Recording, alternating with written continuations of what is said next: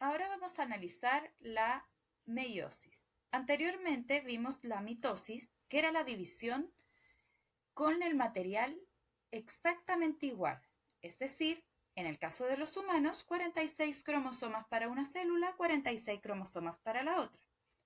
Pero el caso de la meiosis es distinto. Como vimos en la mitosis, yo de una célula tengo que generar dos células exactamente iguales. En el caso de la meiosis, de una célula de 46, tengo que generar células de 23 cromosomas cada una, es decir, la mitad del material genético. No así la mitosis, que tiene la totalidad, es decir, la mitosis se da en células diploides, mientras que la meiosis se da en células haploides. ¿Qué células haploides tenemos en nuestro organismo? Las células sexuales o gaméticas, las cuales son los espermatozoides o los ovocitos. Las demás células que no son sexuales se les denominan células somáticas y esas tienen la totalidad del material genético, mientras que nosotros necesitamos que nuestras células gaméticas tengan la mitad, ya que al haber fecundación completan la totalidad que necesita un humano. En el caso de la meiosis, a diferencia de la mitosis, se realiza en dos etapas. Se realiza en meiosis 1 y luego se realiza una siguiente división que se le denomina meiosis 2. ¿Por qué se realiza en dos etapas? Porque recordemos, necesito pasar de un material genético completo a la mitad de ellas, a una célula haploide. Tiene las mismas fases que la mitosis, es decir, profase, metafase, anafase y telofase. La diferencia está en que se diferencia porque en la meiosis 1 se realiza la profase 1, metafase 1, anafase 1 y telofase 1. Y en la meiosis 2, profase 2, metafase 2, anafase 2, telofase 2. En ambos casos se realiza la citocinesis, es decir, la división del citoplasma para generar las dos células. En este caso, la diferencia está en que entre la profase y la metafase se realiza un proceso que se llama crossing over. El crossing over, o también llamado entrecruzamiento,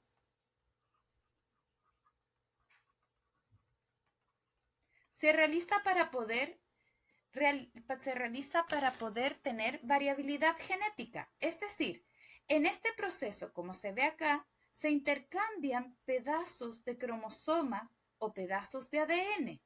Por lo tanto, cada célula que va a resultar de la meiosis será genéticamente desigual a la otra.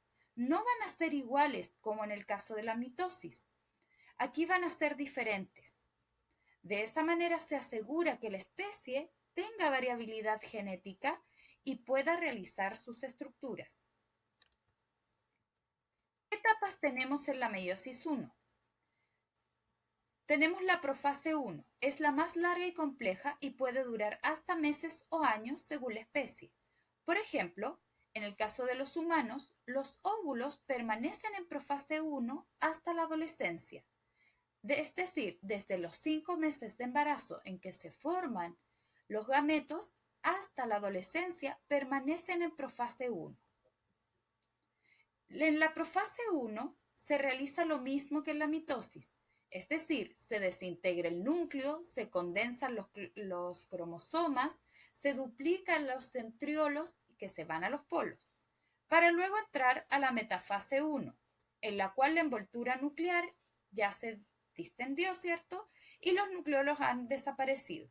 Lo más importante es que en esta fase los bivalentes, es decir, los cromátidas hermanas, se disponen en el plano ecuatorial y están enganchadas con el huso mitótico formado por los centriolos. En la anafase 1, los dos cromosomas homólogos que forman el bivalente se separan, quedando cada cromosoma con sus dos cromátidas en cada polo. Recuerden que son el huso mitótico quien arrastra a estos cromosomas hasta la parte polar. En la telofase 1, según la especie, se desperiolizan los cromosomas y se forma nuevamente la envoltura nuclear. Y luego viene la citocinesis. De eso puede pasar directamente a la segunda división meiótica. Acá podemos ver un esquema en el cual partimos con una totalidad del material genético, los cromosomas homólogos pares e intercambian fragmentos. Es aquí donde se produce el crossing over. Luego los pares homólogos se alinean en la placa metafásica o placa ecuatorial con sus respectivos centriolos que lanzan como estos hilos que se le denomina uso mitótico y que enganchan los cromosomas. En la anafase 1 los homólogos se separan de extremo a extremo, ¿cierto? Pero las cromátidas permanecen juntas para luego ir a la telofase 1, donde las células recién formadas son haploides y cada cromosoma tiene sus dos cromátidas hermanas, todas diferentes genéticamente entre sí. En la meiosis 2, la célula se mueve de la meiosis 1 a la meiosis 2 sin recopiar su ADN. Es decir, no hay una etapa S aquí, no hay una síntesis de ADN. La meiosis 2 es un proceso más corto y simple que la meiosis 1 y podría resultarte más útil pensar en la meiosis 2 como una mitosis pero de células haploides. Las células que entran en meiosis 2 son aquellas creadas en la meiosis 1. Estas células son haploides, tienen un cromosoma de cada par homólogo, pero sus cromosomas todavía están formados por dos cromátidas hermanas. En la meiosis 2, las cromátidas hermanas se separan y producen 4 células haploides con cromosomas no duplicados. Acá podemos ver un esquema de la fase meiótica 2, en la cual la profase 2, las células nuevamente se duplica el centriolo formando el uso mitótico, los cromosomas se condensan, se desintegra la envoltura nuclear para luego entrar a la metafase donde se ordenan en la placa ecuatorial, ¿cierto? Y luego en la anafase los cromosomas son arrastrados por el uso mitótico a cada polo hasta que llega a la telofase 2, en la cual en la telofase 2 los centriolos dejan de producir su uso mitótico, se reintegra la envoltura nuclear y ocurre la citocinesis. Si bien la meiosis es igual para espermatozoides y ovocitos, hay una diferencia en la gametogénesis, es decir, en la producción de espermatozoides y en la producción de óvulos.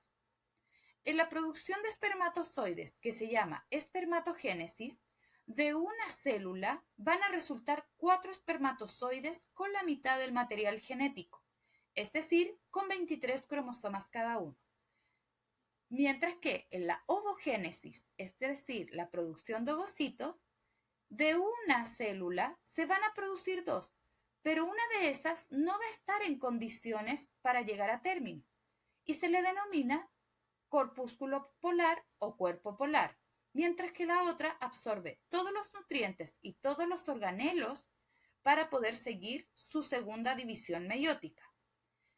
Luego en esta división meiótica, lo que sucede es que nuevamente se produce un corpúsculo polar, el cual es desestimado, no sirve como óvulo ni como ovocito, mientras que el otro contiene todos los organelos y la capacidad reproductiva para luego entrar en la fecundación. Espero que haya quedado muy clara la meiosis y pueden contestar el formulario que está en Classroom.